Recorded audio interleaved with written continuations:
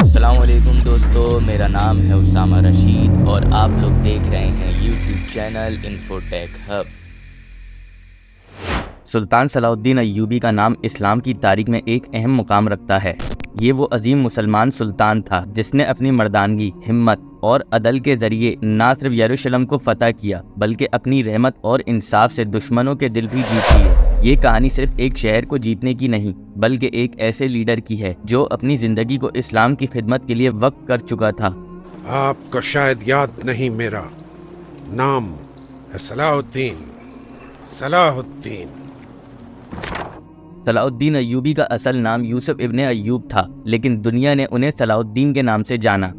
آپ 1137 یا پھر 1138 میں تکرت عراق کے علاقے میں پیدا ہوئے۔ آپ کا خاندان کرد تھا اور آپ کے والد نجم الدین ایوب اپنے علاقے کے ایک معزز آدمی تھے۔ آپ کا بچپن دیر الباحر میں گزرا اور آپ نے وہاں اپنی تعلیم کا آغاز کیا۔ آپ نے قرآن اور حدیث اور اسلامی تاریخ میں خاصی دلچسپی لی، جو آگے جا کے آپ کی قیادت کی بنیادی اصولوں کا حصہ بنی۔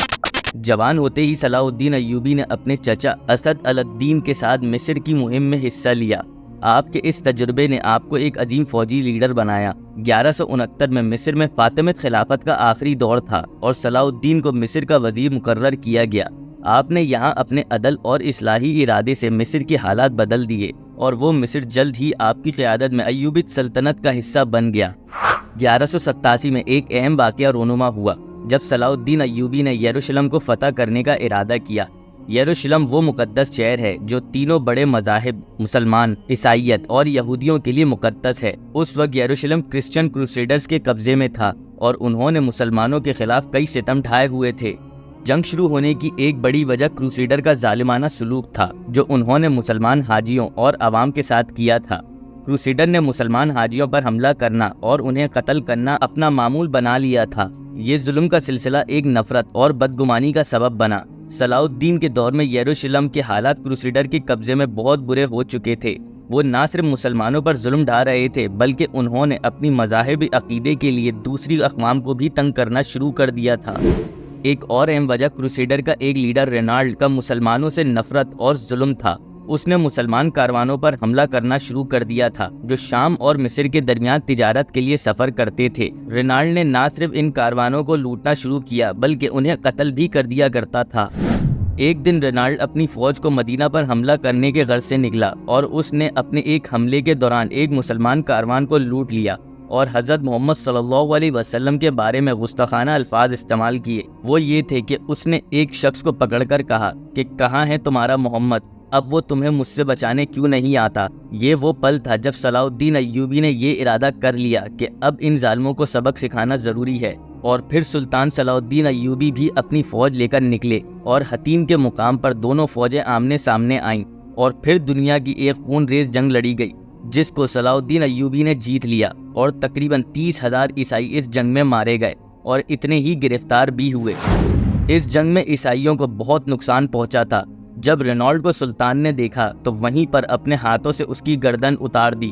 پھر اس کے بعد سلطان صلاح الدین ایوبی کا خوف پوری دنیا میں پھیل گیا اور اس جنگ کے بعد سلطان نے یروشلم کا رخ کیا اور 1187 میں سلطان نے یروشلم کا محاصرہ کر لیا اور کچھ دنوں بعد سلطان نے یروشلم کو فتح بھی کر لیا۔ سلطان نے عیسائیوں کے ساتھ بہت منصفانہ سلوک کیا، لیکن عیسائیوں کو یہ ہار برداشت نہ ہوئی تو پوری دنیا کے عیسائیوں نے مل کر فوجیں جمع کرنا شروع کر دی۔